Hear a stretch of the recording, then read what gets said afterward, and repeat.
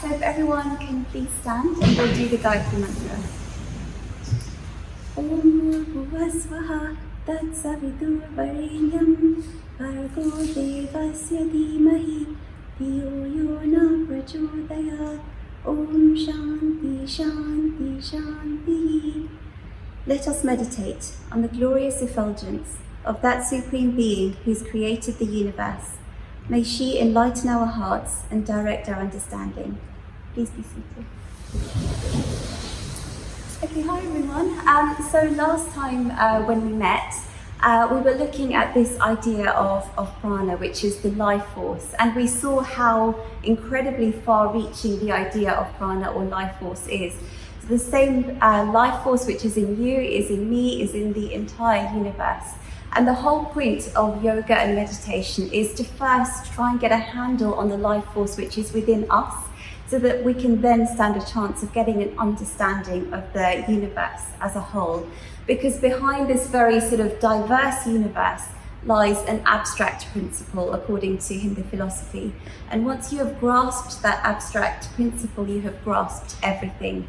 So all that knowledge is lying latent within us. Today I want to sort of scale it back a little bit and look at some of the further breathing exercises that we can do. I don't know if you remember, a few weeks ago we were talking about the initial breathing exercise where you closed your right nostril and you breathed in, and without sort of taking any break, you swap your finger and take a breath out. Today I'd like to go into a bit more depth into some of the other breathing exercises. But before we do that, I think it's really important that we understand exactly what we are doing and why we are doing it. Because if you just do it blindly, if you do it mechanically, it just won't have an impact. So let's start off with a bit of a spiritual biology lesson. So when we meditate, the spine, as we have said previously, is incredibly important.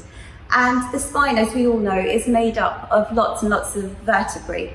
And if you imagine your vertebrae as being like a figure 8, and you keep it horizontally, and then you stack up lots and lots of figure 8s on top of each other, that kind of makes up the spinal column. And in the two sort of gaps that you have, the two big holes, are lots of nerve fibers, and they go from the brain to the rest of the body, and from the rest of the body back to the brain. So the nerve fibers are constantly busy sending messages from your brain to your brain so that your body can operate and function. There is a part of the spine which is actually sort of lying latent and is not used for the vast majority of human beings. And that is just at the very join of the figure 8. There is a tiny little hole which forms like a thin hollow canal at the very center of the spine. And nothing really goes on, physiologically speaking, in that sort of thin hollow canal. But it is incredibly significant when you come to the idea of meditation, because along this thin spinal sort of column, there is actually at the base of it, there is something very important. And you may have all heard of this term before, and this term is the Kundalini. So at the base of the very base of the spine, which in biological terms is called the sacral plexus, there lies this untapped potential energy, coiled up energy. That's what the word Kundalini literally means, coiled up energy. And it lies sort of unused for the vast majority of our lives. But through our mental and physical disciplines that we are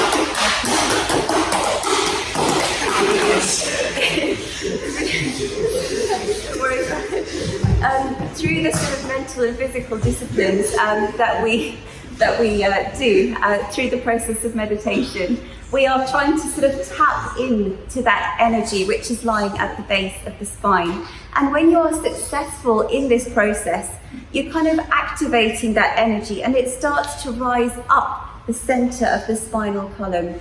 And as it rises further and further up, you start to develop some of these powers, these psychic powers that we have discussed before, these abilities that we have to read other people's minds, to know what's going on far, far away, to perhaps even see into the future. You start to develop these psychic abilities. And as that energy travels further and further up the spine, it reaches the top of the spine where there is a sort of bulb-shaped object called the medulla.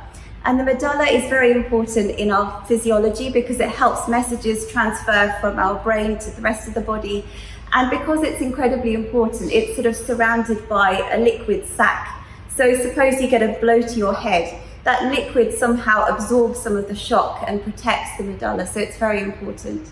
But when this energy from the Kundalini reaches the medulla, that is where you get the full blaze of enlightenment. And actually, through our breathing exercises, which I'm going to be talking to you about, we need to sort of visualize our spinal column, because we kind of use that visualization technique to understand exactly what we are trying to achieve. And in biology, along the spine, there are lots of different points which are called plexuses. So at the base is the sacral plexus, and then as you move up further and further parts of the spine, they're called different plexuses. But if you try and visualize that, you're like, oh, what is that? I can't really visualize that. So we Hindus, we love our lotuses, we like putting lotuses everywhere. So we like to imagine there being, each of these plexuses is represented by a lotus. So you start at the base, and then it goes up to the navel, then up to the heart, and up to the head. And the one at the top is the most significant because that is where you get enlightenment. So that lotus is especially important, and we call that the 1,000-petaled lotus. So the aim of this whole process of meditation is to reach, the energy is supposed to reach that 1,000-petaled lotus. It sounds easy, but it's quite a intensive process to go through. I'd like to talk a little bit about electricity. What is electricity? Electricity is the motion of molecules all going in the same direction. And when you get all these molecules moving in the same direction, you kind of create a sort of electrical current. You kind of create a bit of a battery. And what we are doing through this process of breathing exercises is we are trying to harmonize everything that is going on in our body. Through the process of rhythmical breathing, we are trying to harmonize all the sort of molecules in our body. So in a way, we are kind of turning ourselves into a giant battery of will. And it's necessary to have this sort of power within us to be able to stand any chance of activating this Kundalini. There is something also very important to remember, is that the center, the nerve center which controls breath and breathing, somehow has a controlling action over the other nerve centers in our body. And that's why breathing is such an important part of this process of meditation. And we were previously talking about that initial exercise before you even begin the process of pranayama, where you do that breathing exercise I talked about previously. So that process purifies the nerves. Just that simple exercise of breathing starts to purify the nerves, because breath, the center which controls breath, has a controlling action over the other nerve centers. So we continue on in this journey. And actually what we find is that, for example, when you are doing this process, you're doing something pretty revolutionary, you're doing something pretty dramatic. By being able to activate that Kundalini, we are doing something which is unheard of, or never done before in our physical body. And what we have done is we are able to transmit energy in our body without the use of any wires. If you look at the sort of biology of the human body, if you open it up, and I'm sure you've all sort of learnt about this in your biology and your science classes, our body is just full of wires. We've got arteries, we've got capillaries, we've got veins, we've got nerve fibers, we've got the lymphatic system, we've got so many wires in our system. And if we want to see or experience anything in the physical world, we are totally reliant on these wires. Suppose you eat an ice cream. You're relying on your taste receptors to then send a message to your brain through all these wires. And then it creates a neural pathway, and you kind of remember that experience. And every memory that you forms a neural pathway in your brain. Suppose you see a beautiful picture. Again, all the nerve fibers in your eyes are then transmitting a message to your brain, and leaving a neural pathway. That memory is there. So everything in the physical world that we want to experience is reliant on wires. So it feels very sort of tame, it doesn't feel very intense. But for the first time, when you are able to activate this energy, which can go through this hollow sort of canal in the middle of our spine, we are able to then not rely on all of these wires which are sort of in our body. For the first time, we experience things far more intensely than we can ever imagine. Because, you eat an ice cream, you think, oh, how can it get more intense than this? Or you remember a really positive memory, and you think, oh, that's pretty sort of intense. I can understand that, I can remember that very well. But actually, you haven't experienced things so intensely as when you are no longer reliant on these wires. Say, for example, you look at the wires in your home. They all carry a little electrical current, and it's enough to sort of switch your kettle on or to charge your mobile phone. But if you look at, for example, a lightning bolt, which is unfettered, it doesn't have any wires, it's just free and in the sky, the amount of energy it carries is tremendous. I think one lightning bolt carries 1 gigajoule of energy. And if you transferred 1 gigajoule of energy through the wires in your home, it would blow all the fuses. So when that electricity, when that motion is sort of, unfettered and controlled by wires, we experience things far more intensely. And that is sometimes why when people start to get these sort of psychic experiences, for example, if they're able to read somebody's mind, they see it in a picture form in a far more dramatic way than when you are relying on your senses. When individuals are enlightened, the experience is far more intense than we can ever imagine, because we are so used to these wires. And yoga is telling us, actually, we don't need these wires in order to be able to experience so intensely and so fully. So that's the whole sort of process of yoga in terms of what we are trying to achieve. And when you look at sort of individuals who are fervently praying to a God in the sky, they're like, please let my mum get better, or please let me get good exam results. And if they find, for example, that their prayers are answered, the yoga system would say it's not necessarily because there is a person in the sky saying, oh, all right, then you've been praying to me lots, I'll grant your wish. No, we are actually far more mature than that.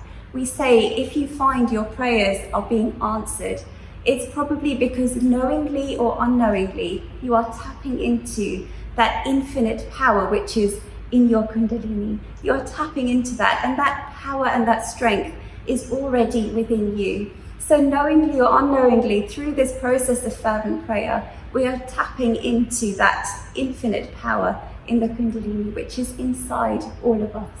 And we just hope that one day we can try and achieve that sort of level of perfection. But moving on to that, let's now talk a little bit about some of these breathing exercises. So we had said that when you practice these exercises, it's incredibly important that your head, your neck, and your backbone are in a straight line. And you can see why, because the energy is supposed to be able to channel up from the base to the head. And it needs to be able to have a clear passage in order for that to work. So let's start with the whole process. So we did that initial one where we purify the nerve centers, but then let's move on now to another exercise, which is relatively simple and relatively straightforward, but it's just a case of disciplining ourselves to remember to do it. And that exercise, simply enough, is actually learning how to breathe in a regulated way. As part of our everyday life, it's not requiring us to sit down and meditate for long periods of time. The first step is, let me breathe in a regulated way. And if you think about it, you're like, oh, I breathe in a regulated way all the time. Like, what's so special about that? But actually, if you probably took a graph and you measured the level of breath throughout the day, it will be constantly fluctuating. It will be so irregular. Like, your breath will change when you're running for the bus, or your breath will change when you're anxious or nervous, or when you're relaxed. Your breath pattern's constantly changing.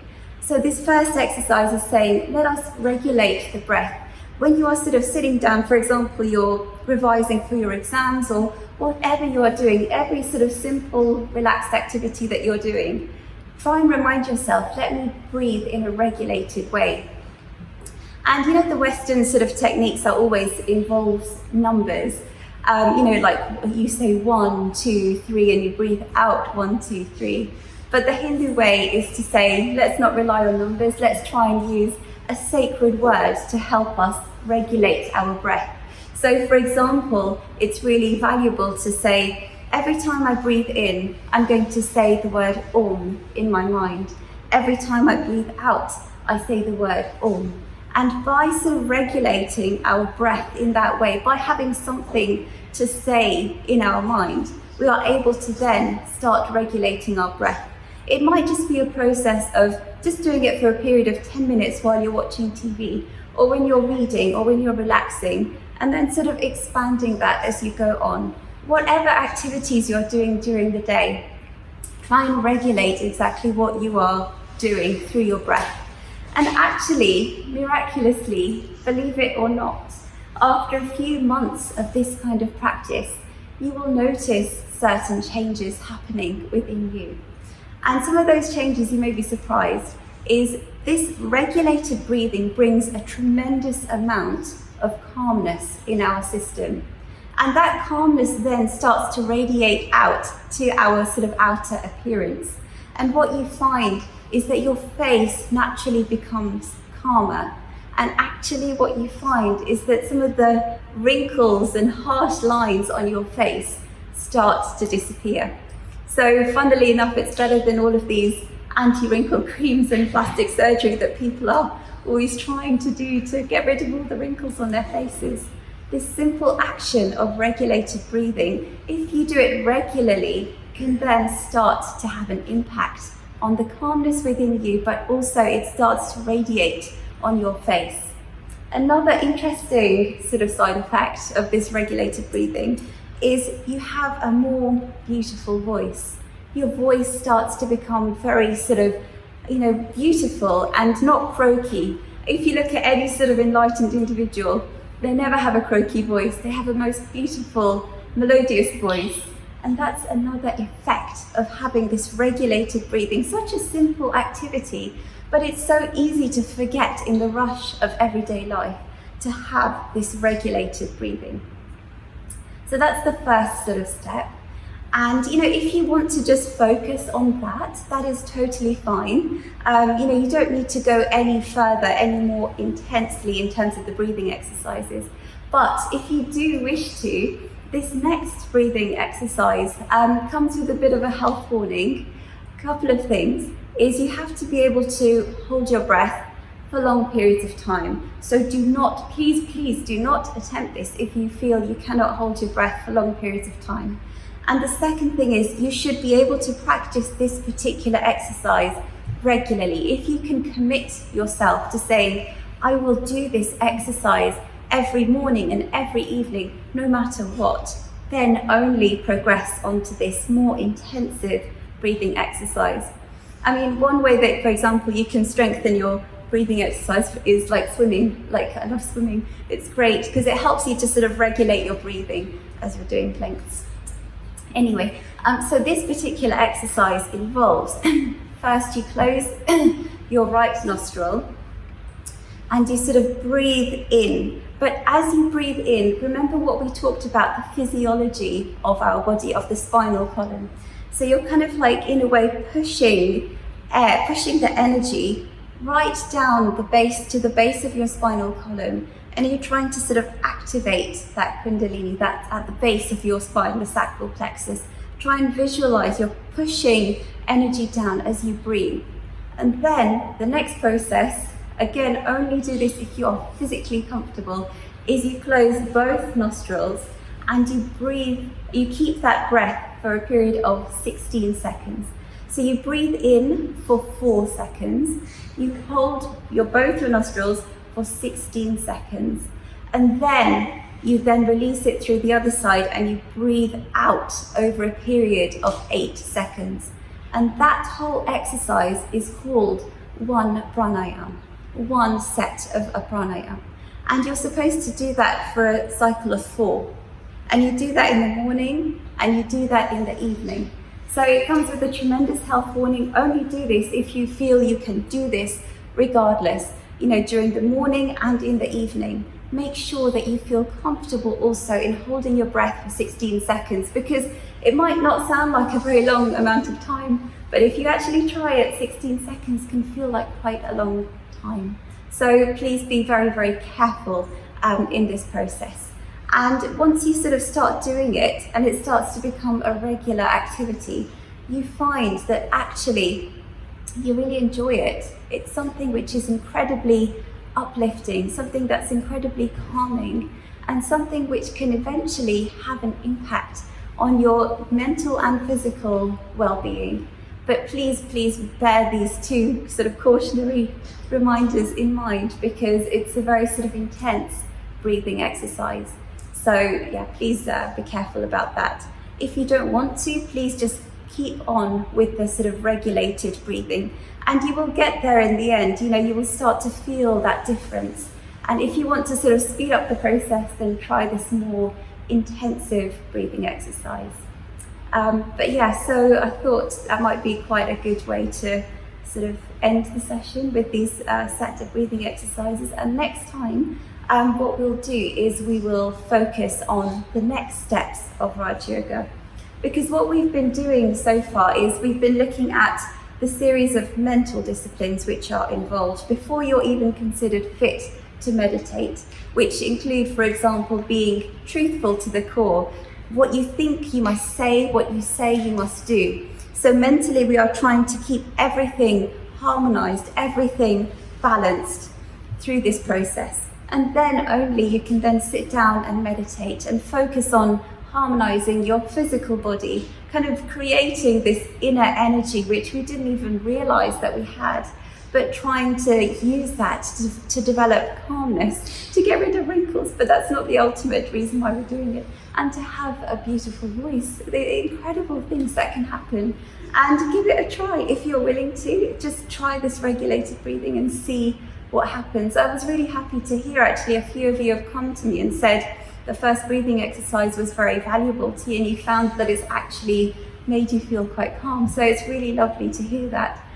So please explore this in your own time. And if you have any questions, we can end with that. And you don't have to, I always say this, but you don't have to agree with me or believe in anything that I've said. But if you're wanting to give it a go, then do give it a go. But any questions, anything that doesn't make sense that you'd like to talk about through this whole process? Yeah. Yeah? Oh, yes. How do you reconcile these beliefs and some powers and Israel power with the light of the Yes. No, that's a very good question for sure. So how do we know if there is any sort of validity to this? And how do we sort of reconcile that with, physical evidence? Because, what we are doing is we are dealing with something which is beyond the realm of the physical. So what kind of physical evidence or proof can we have? And the thing is, because this system is very subtle and there is a lot of room for people to sort of pretend that they are enlightened, for example. They pretend that they have these sort of psychic abilities. They pretend that they are enlightened. But what proof is there in the whole process? And I think one proof that we can possibly rely on is when you come across an enlightened individual, you will find that whatever comes out of their mouth will be original material. It will not be some rehashed material, re-quoting chapter and verse quotes. It won't be the old stuff regurgitated. It will be new, it will be original. Because when that energy of the Kundalini arises and activates in the brain, you sort of, in a way, become a book of knowledge yourself. You're not having to rely on external things. You're not having to read books to understand things. You understand things intuitively at this level. So whatever comes out of your mouth will be original. And you have to be very, very careful because, there are people out there are charlatans out there who will claim that they can read people's minds, that they can see into the future. This is unfortunately the nature of the world, is there are people out there who will try and con us. And we have to be sort of rational and level-headed and use our own judgment to say, is this person's material really genuine? Or is this something that I've heard 1,000 times before? So that's possibly a litmus test. But obviously the best litmus test is doing it for ourselves, seeing if there is any validity to it by actually trying it out for yourself. That's, I think, the best that we can do. But yeah, no, thank you for that. Any other questions? Is it okay? All right, then, brilliant. So thank you very much, and see you next week.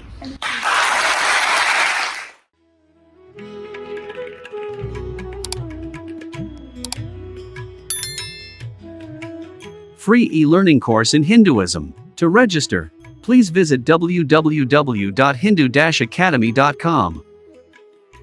Talks on Hinduism. Sponsored by People Care. Encouraging caring for the elderly in their own homes. For more information, please visit peoplecare.com.